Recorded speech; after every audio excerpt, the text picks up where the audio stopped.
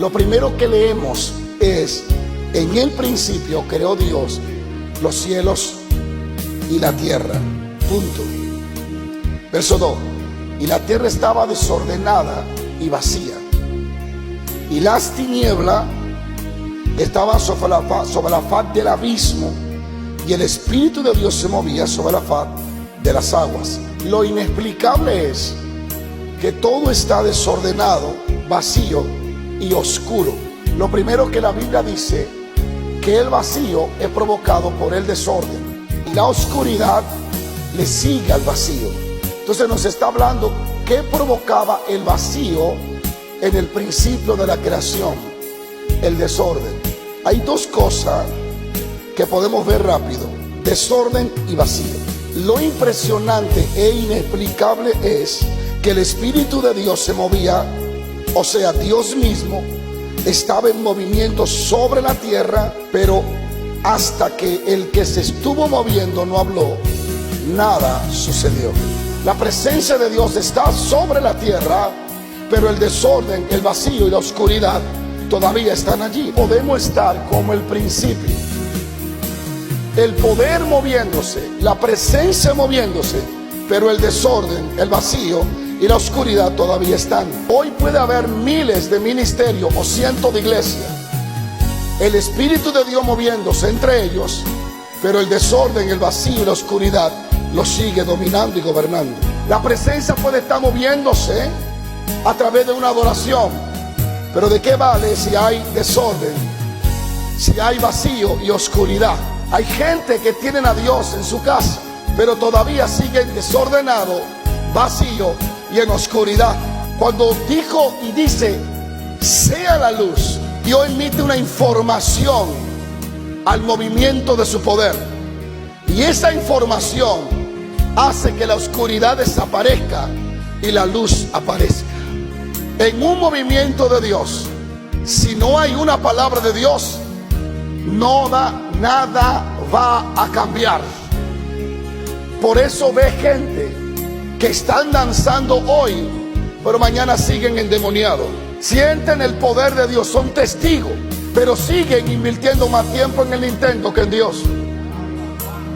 Y actúan como cristianos tan carnales que pareciera que el diablo le paga para escribir y hablar en la forma que hablan y escriben. Porque donde no reina la palabra, lo que reina es un desorden. Tenemos montones de personas que sienten el poder de Dios, pero tienen una vida totalmente desordenada. El movimiento de su presencia tiene que tener la palabra hablada de Dios, para que esa presencia de Dios, o ese poder, o esa energía del Espíritu, produzca creación. La palabra de Dios es lo que le da color al principio. Cuando Dios dijo sea, entonces no solo era el poder moviéndose, era la palabra en acción. Toda existencia tiene su origen en la palabra hablada de Dios. Nada existe ni existirá si Dios no manda a que exista.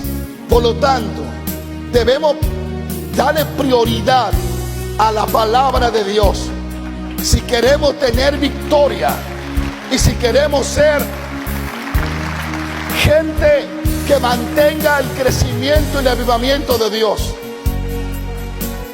La palabra de Dios es primero. Dígale a alguien: la palabra de Dios es primero. La palabra de Dios está por encima de todos.